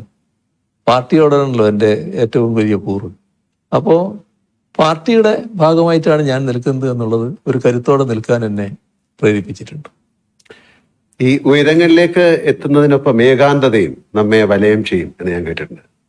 അങ്ങനെയൊക്കെ ഏകാന്തത അനുഭവപ്പെടാറുണ്ട്? അങ്ങനെയില്ല, ഏകാന്തത എന്ന തരത്തിലേക്കില്ല. പക്ഷേ ഒരു പ്രശ്നം എന്താന്ന് പറഞ്ഞാൽ, പഴയ കാലത്ത് പോലെ ആളുകളുമായിട്ട് കൂടുതൽ ബന്ധപ്പെടാനും കൂടിയിരിക്കാനും സമയം ചെലവഴിക്കാനും ഒന്നും സമയം കിട്ടുന്നില്ല എന്നുള്ളൊരു തോന്നലുണ്ടാകാറുണ്ട്. പക്ഷേ നമ്മൾ ജീവിതത്തിന്റെ ഓരോ ഘട്ടമില്ലേ, ഓരോ ഘട്ടത്തിൽ നമ്മൾ നിർവഹിക്കേണ്ട ഉത്തരവാദിത്വം, ആ ഉത്തരവാദിത്വം നിർവഹിക്കലാണ് പ്രധാനം. ഞാൻ നേരത്തെ പറഞ്ഞ നിയോഗമില്ലേ, ഇന്നത് ചെയ്യാ എന്നൊരു നിയോഗത്തിലേക്ക് വന്നാൽ അത് ചെയ്യണമല്ലോ. അപ്പൊ അതിനു വേണ്ടി പൂർണ്ണമായിട്ട് അർപ്പണബോധത്തോടെ ചെയ്യുക. നമുക്ക് അതിന്റെ ഭാഗമായിട്ട് സമയം കിട്ടുമെങ്കിൽ മാത്രം ആ സമയം ഉപയോഗിക്കുക. ആ നിലയാണ് ഞാൻ സ്വീകരിച്ചു പോകുന്നത്. ഒരു വല്ലാത്ത ഏകാന്തത അങ്ങനെ അനുഭവപ്പെടാറില്ല. പിന്നെ ഏകാന്തമായി പോയി, ഒറ്റക്കായി പോയി എന്നൊരു തോന്നലും എനിക്കൊരു ഘട്ടത്തിൽ ഉണ്ടാകാറില്ല. ഒറ്റയ്ക്ക് ഇരിക്കേണ്ടി വന്നാൽ അതിലൊരു വിഷമം ഉണ്ടാകാറുണ്ട്. അതാണ് ഏറ്റവും വലിയ പ്രധാനമായ കാര്യം എന്നാണ് എനിക്ക് തോന്നുന്നത്. ഒരു തരത്തിലുള്ള വിഷമവും ഉണ്ടാകാറില്ല. നമ്മുടെ പാട്ടിന്റെ കാര്യം ഓർമ്മയിലുണ്ടല്ലോ. ഞാനൊരു കാര്യം ചോദിക്കാം. അങ്ങയുടെ തിരക്കുകൾ ഞങ്ങൾക്കറിയാം. ഒരു ദിവസത്തേക്ക് അങ്ങേ ആരും തിരിച്ചറിയില്ലെന്നും മുഖ്യമന്ത്രി അല്ലെന്നും കരുതുക. കേരളത്തിലെ ഏത് സ്ഥലത്ത് പോയി സമാധാനമായിരുന്ന് ഒരു ചായ കുടിക്കാനാണ് അങ്ങ് ആഗ്രഹിക്കുന്നത്? അല്ല, അത് ഏറ്റവും ഏറ്റവും ഇഷ്ടപ്പെടുന്ന സ്ഥലം എൻ്റെ വീട് തന്നെയാണല്ലോ. അവിടെ പോയിരിക്കുക, സ്വസ്ഥമായിട്ടിരിക്കുക. അതൊരു മറ്റു തരത്തിൽ ബാധിക്കുന്ന കാര്യമല്ല. ഈ വലിയ തിരക്കുകൾ കഴിഞ്ഞിട്ട് എങ്ങനെ പോയിരിക്കും എന്നുള്ളത് അതൊരു വിഷയമേ അല്ല. അത് നല്ല നിലക്ക് പോകാൻ കഴിയുമെന്നാണ് എനിക്ക് തോന്നുന്നത്. അധികം ആർക്കും അറിയാത്ത ഭരിത പ്രിയനായ ശ്രീ പിണറായി വിജയൻ ഉണ്ടോ? അങ്ങനെയാണെങ്കിൽ ഭരിതം പറയാ അല്ലെങ്കിൽ ആസ്വദിക്കുകയൊക്കെ ചെയ്യാറുണ്ട്? ഫലിതമായിട്ട് എൻ്റെ അടുത്തൊന്നും അധികം വരാറുണ്ടോ എന്നറിയില്ല. എന്നാൽ ഫലിതം ആസ്വദിക്കാറുണ്ട്. നല്ല നിലക്ക് നമ്മുടെ സുഹൃത്തുക്കളൊക്കെ ഇരിക്കുമ്പം പല ഫലിതങ്ങളും പറയല്ലോ, അതൊക്കെ നല്ല നിലക്ക് ആസ്വദിക്കാറുണ്ട്. ഏത് വിഷമഘട്ടത്തിലും അങ്ങേക്ക് മാറാത്ത ചിട്ടകളുണ്ട്? അതായത് ശരി തെറ്റ് അങ്ങനെ യെസ് ഓർ നോ അങ്ങനെയൊക്കെ പറയുന്ന ഒരാളാണെന്ന് ഞാൻ കേട്ടിട്ടുണ്ട്. അത് ഏത് വിഷമഘട്ടത്തിൽ അത് മാറില്ല. അതൊരു ജീവിത രീതി തന്നെയാണ്. അതൊരു എൻ്റെ ഒരു ശൈലിയായിട്ട് വന്നിട്ടുള്ള കാര്യമാണ്. അത് ആ നിലക്ക് തന്നെ തുടരാൻ കഴിയുമെന്നാണ് തോന്നുന്നത്. ജീവിതത്തിലെ ഏറ്റവും വലിയ പ്രചോദനം എന്താണ് സാറിന്റെ? അല്ലെങ്കിൽ ആരാണ്? അല്ല, അതില് ഓരോ ഘട്ടത്തിലുണ്ടാകുന്നതാണല്ലോ. ആദ്യ ഘട്ടത്തില് ഇപ്പോ AKG ആയിരുന്നു വലിയ ഒരു പ്രചോദന ശക്തിയായിട്ടുണ്ടായിരുന്നു. പിന്നെ അദ്ദേഹമായിട്ട് നല്ല ബന്ധത്തിലായി, നല്ല ബന്ധങ്ങൾ വന്നു. അങ്ങനെ പാർട്ടിയിൽ തന്നെ നല്ല നിലയിൽ ബന്ധപ്പെടുന്ന നില വന്നു. പിന്നെ അവരൊക്കെ ഒരു അധികായന്മാരാണല്ലോ. AKGEMS എന്നൊക്കെ പറഞ്ഞാൽ നമ്മുടെ കേരളത്തിലെ അധികായന്മാരാണ്. അവരൊക്കെ ഒരു റോൾ മോഡൽസ് ആയിരുന്നു. അത് അതിനോടൊക്കെ നീതി പുലർത്താൻ കഴിഞ്ഞിട്ടുണ്ടെന്ന് തന്നെയാണ് എൻ്റെ ഒരു തോന്നൽ. ഈ പ്രളയവും കോവിഡും പോലുള്ള മഹാദുരന്തങ്ങൾ വന്നപ്പോൾ കേരളം ശ്രദ്ധിച്ചത് അങ്ങയുടെ വാക്കുകൾ ആയിരുന്നു. അതൊരു യാഥാർത്ഥ്യമാണ്. ഉള്ളിൽ ആധിയുമായി കഴിഞ്ഞ ജനങ്ങളിൽ ഇത്രയധികം ആത്മവിശ്വാസം പകരാൻ അങ്ങേക്ക് കഴിഞ്ഞത് എങ്ങനെയാണ്? ഇത് എന്താ പ്രത്യേകത എന്ന് പറഞ്ഞാൽ അതിനൊന്നും എനിക്ക് ഉത്തരം പറയാൻ കഴിയുന്ന കാര്യമല്ല. എന്നില് പ്രത്യേകമായ എന്തെങ്കിലും ഒരു കഴിവ് അങ്ങനെ ഉണ്ട് എന്ന് വിശ്വസിക്കുന്ന ഒരാളല്ല ഞാൻ. ഞാനൊരു സാധാരണക്കാരൻ, ഒരു സാധാരണ നിലയിൽ ഉള്ളൊരു ആൾ എന്ന് മാത്രമേ ഞാൻ കാണുന്നുള്ളൂ. അതിൻ്റെ ഭാഗമായി ഇപ്പോൾ മറ്റു തരത്തിലെടുത്താൽ പല സമുന്നത വ്യക്തികൾക്കുമുള്ള തരത്തിലുള്ള വലിയ ഉയർന്ന വിദ്യാഭ്യാസം, അല്ലെങ്കിൽ അതിൻ്റെ ഭാഗമായിട്ടുള്ള വലിയ ഭൗതിക ശേഷി, അതൊന്നും ഉള്ള ഒരാളല്ല ഞാൻ. ഒരു സാധാരണക്കാരനെന്ന മട്ടിൽ ഞാൻ കാണുന്നുള്ളൂ. പക്ഷെ ഞാൻ എപ്പോഴും പ്രായോഗികമായ കാര്യങ്ങൾക്കാണ് പ്രാധാന്യം കൊടുത്തിരുന്നത്. അതിൻ്റെ ഭാഗമായി ജനങ്ങളുടെ വിഷമം അതിനോടൊപ്പം നിൽക്കുക എന്നുള്ളത് എല്ലാ കാലത്തും സ്വീകരിച്ചു വന്നിട്ടുള്ളൊരു നില. സാധാരണക്കാരനായി നിൽക്കുക എന്ന് പറയുന്നത് വളരെ എളുപ്പമുള്ള കാര്യമല്ല. അത് അങ്ങേക്ക് സാധിച്ചു. അപ്പോൾ അതിന്റെ ഭാഗമായിട്ട് അവരുടെ ജനങ്ങളുടെ കൂടെ നിൽക്കുക, ജനങ്ങളോട് പറയുക. അപ്പൊ അത് ജനങ്ങള് നല്ല നിലക്ക് അത് എടുത്തല്ലോ. അത്ര നല്ല മനസ്സോടെയാണ് സ്വീകരിച്ചത്.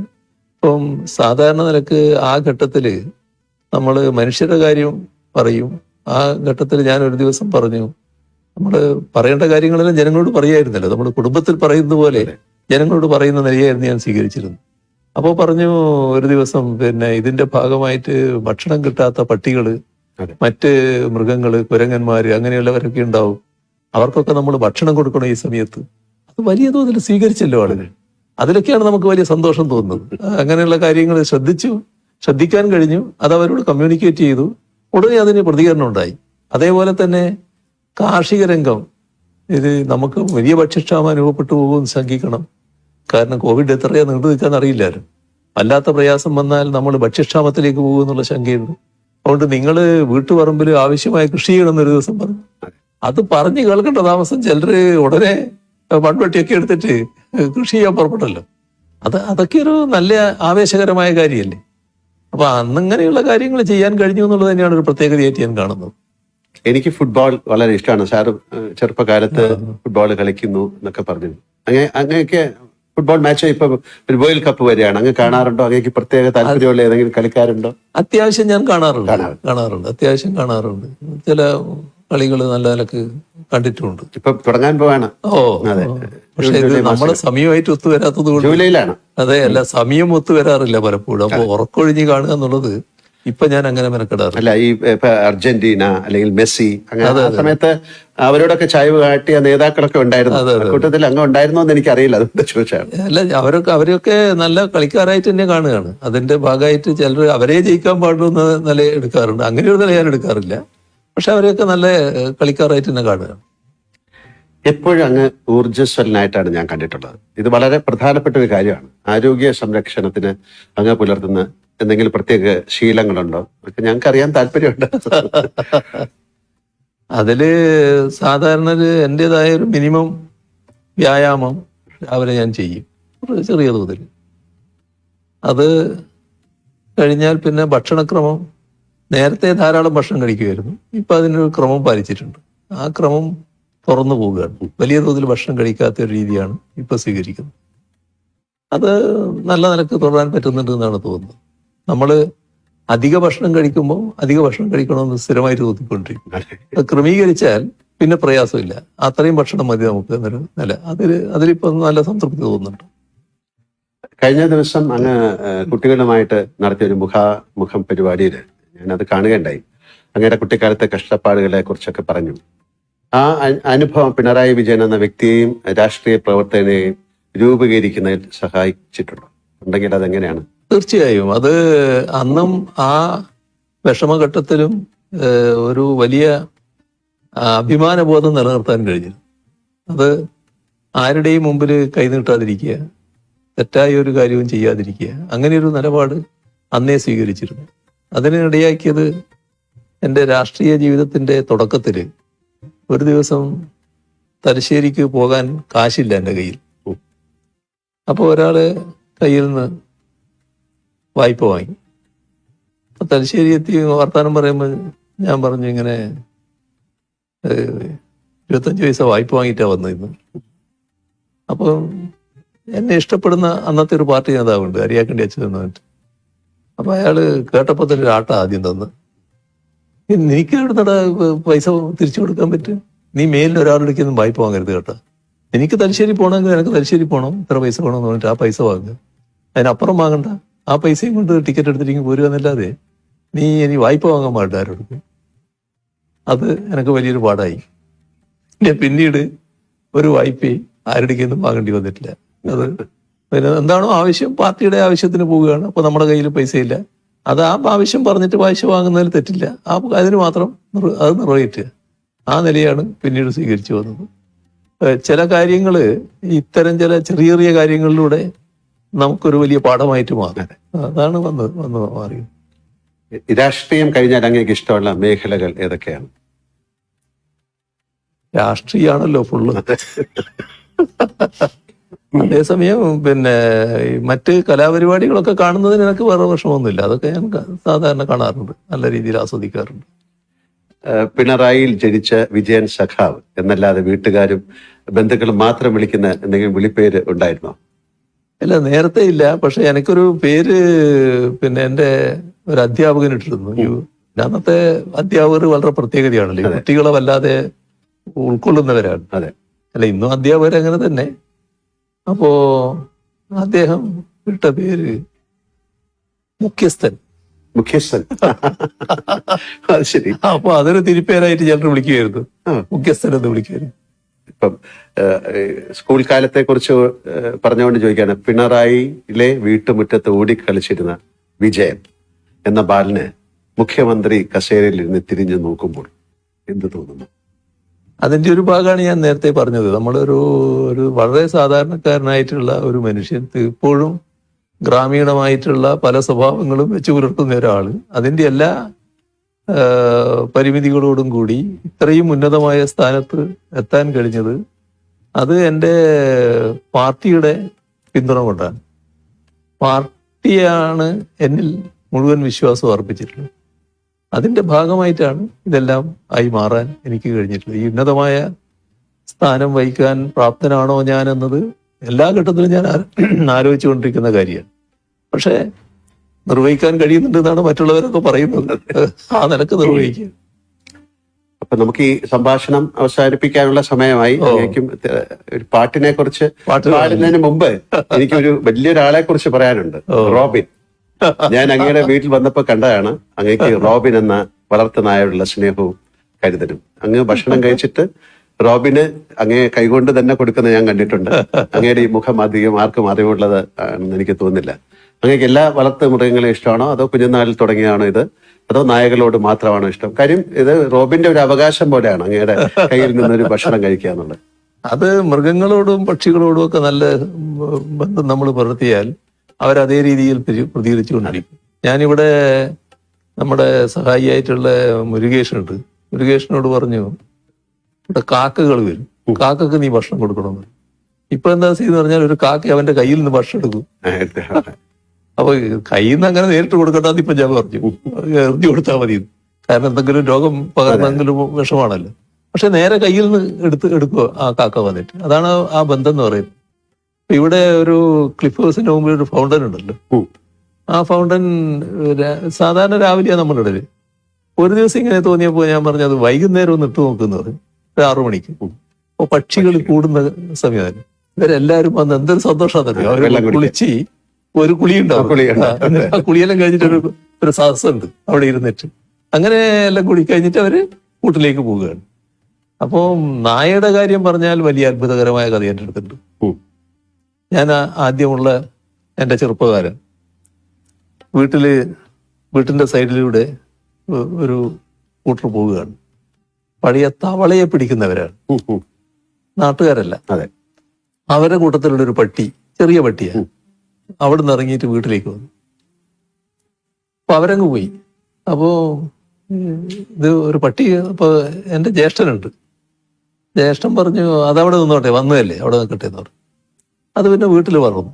വേറെ ശാസ്ത്രീയ വളർത്തലൊന്നുമല്ല, നാടൻ പട്ടി എന്ന രീതിയിൽ വളർത്തുക. ആ പട്ടിയുടെ ഒരു കഥയാണ് ഞാൻ പറയുന്നത്.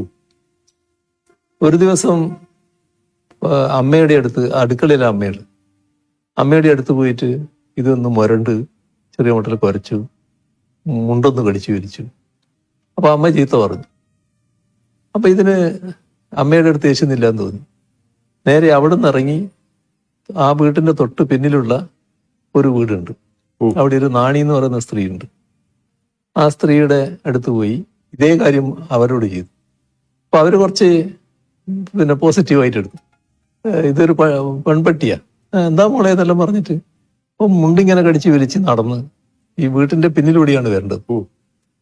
അപ്പൊ വീട്ടിലെ അവസ്ഥ എങ്ങനെയാന്ന് പറഞ്ഞാൽ വീടിന്റെ മുറ്റം അത് കഴിഞ്ഞിട്ടൊരു പ്ലാറ്റ്ഫോം പോലെയാണ് കിണറിന്റെ. ആ പ്ലാറ്റ്ഫോമിന് കഴിഞ്ഞാൽ ഒരു കല്ലിങ്ങനെ വെച്ചിട്ടുണ്ട്, അതിന്റെ അപ്പുറം കിണറാണ്. അപ്പോൾ വലിയ ആൾമറയുള്ള കിണറല്ല നടന്നു. ഇവള് ഈ നാണി നടന്നു വന്ന് വടക്ക് മുറ്റത്തെത്തിയപ്പോൾ കാണുന്നത് ഇവളെ മുട്ടിലഴഞ്ഞു വരുന്ന കുട്ടിയുണ്ട്. ആ കുട്ടി ഈ പ്ലാറ്റ്ഫോം കയറിയിട്ട് ഈ ഒറ്റക്കല്ലുണ്ടല്ലോ, ആ കല്ല് പിടിച്ചിട്ട് ഇങ്ങനെ കിണറിലേക്ക് നോക്കുന്നതാണ്. പിന്നെ എന്താ പറയേണ്ടത്? അങ്ങനെ അത്ഭുതകരമായ രക്ഷപ്പെടൽ. പിന്നെ അവൾക്ക് ഈ പട്ടി എന്ന് പറഞ്ഞാൽ ഭയങ്കര ജീവനാണ്. അങ്ങനെ കഴിവുള്ള പട്ടികളുണ്ട്. ആ പട്ടി തന്നെ ഒരു ദിവസം ഞാനിങ്ങനെ, സാധാരണ ആ കാലത്തൊരു ശീലം, പുറത്തു പോയാല് ചെരുപ്പുണ്ടായാലും ചെരുപ്പില്ലെങ്കിലും, ചെരുപ്പില്ലാത്ത കാലമാണ് അധികവും, കാല് കഴുകിയിട്ട് അകത്തോട്ട് വീട്ടിലേക്ക്. അങ്ങനെയാണ് ഒരു ശീലം. ഒരു കോലായിലേക്ക് കയറുമ്പോൾ ഉള്ളൊരു വലിയ കല്ലുണ്ട്, അതിന്റെ നിന്ന് കാല് കഴുകി അതിന് വെള്ളം ഇവിടെ വെച്ചിട്ടുണ്ടാകും. അപ്പൊ ഞാൻ ഒരു ദിവസം ചെന്നപ്പോൾ വെള്ളം അവിടെ ഇല്ല. അകത്ത് പോയി വെള്ളം എടുത്തിട്ട് വന്നിട്ട് പിന്നെയും കഴുകും. അകത്ത് പോയി ആ പിന്നെ വെള്ളവും പാത്രവും എടുത്ത് വന്ന് കിണ്ടിന്നാ പറയാൻ പറ്റും, കിണ്ടിയും വെള്ളം എടുത്ത് വന്ന് പിന്നെ കാല് കഴുകാനാണ് വരുന്നത്. പട്ടി വിടുന്നില്ല. പട്ടി ഭയങ്കര തടസ്സം. അപ്പൊ എന്താ വ്യാസി എന്നാ അതിന്റെ പേര്. എന്താന്നിട്ട് പറഞ്ഞിട്ട് ഈ വിളക്ക് തൂക്കിയിട്ടുണ്ട്. തൂക്കിയ വിളക്കെടുത്ത് ഞാൻ ഇങ്ങനെ നോക്കുകയുണ്ട്. അപ്പോ ഈ കല്ലിന്റെ മേലെ വലിയൊരു പാമ്പ്, കരിവേലിപ്പട്ടാന്ന് പറയും, ആ പാമ്പ് ഇങ്ങനെ കിടക്കുകയാണ്. നമ്മൾ കണ്ടതോടുകൂടി പട്ടി പോയി. പിന്നെ ആ കാലാണല്ലോ, ഇന്നത്തെ പോലെ പാമ്പിനെ സംരക്ഷിക്കേണ്ട കാര്യമൊന്നുമില്ല, തല്ലിക്കൊന്നു. അതാണ്, അത്രയും കഴിവുള്ള പട്ടികളുണ്ട്. അതിൽ നിന്നൊരു പട്ടി സ്നേഹം ഉണ്ടായിരുന്നു പറയാം. റോബിനെ അങ്ങയോടുള്ള അങ്ങേക്ക് റോബിനുള്ള സ്നേഹം. ചിലപ്പോ വളരെ സന്തോഷം. നമുക്കൊരു പാട്ടിലേക്ക് കടക്കാം. അങ്ങേക്ക് പാടാൻ സാധിച്ചില്ലെങ്കിൽ വരികൾ പറഞ്ഞാലും മതി. ഞാൻ നിങ്ങൾക്ക് വേണ്ടിയുള്ള ഒരു പാട്ട് തന്നെയാകാം. അയ്യോ, ആയിക്കോട്ടെ. ഹൃദിസ്ഥമീശ്വരം തെക്ത പ്രതിഷ്ഠാം പ്രതിമാം ഭജയിൽ കരസ്ഥ പായസം തെക്ത കോപരസ്ഥ ഗളം പിൻപേൽ എന്ന് പറഞ്ഞാൽ മനുഷ്യന്റെ ഹൃദയത്തിലാണ് ഈശ്വരൻ. ഹൃദിസ്ഥമീശ്വരം തെക്ത പ്രതിഷ്ഠാം പ്രതിമാം ഭജയിൽ, ഈ പ്രതിഷ്ഠയുടെ പിന്നിലേക്ക് പോകുന്നത്, വിഗ്രഹത്തിന് മുന്നിലേക്ക് പോകുന്നത്.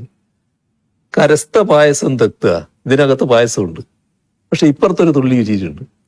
അപ്പൊ കരസ്ഥ പായസം തെക്ത കോപ്പരസ്ഥ ഗളം പിൻപേൽ. ഇത് നക്കാൻ വേണ്ടി പുറപ്പെടും, ഇതാകെ ചോർന്നു പോവുകയാണ്. അതാണ്, അതെന്നെ ഹൈസ്കൂളിൽ ഒരു മാഷ് പഠിപ്പിച്ചതാണ്, കേളം മാഷ് എന്ന് പറയുന്ന ഒരാള്.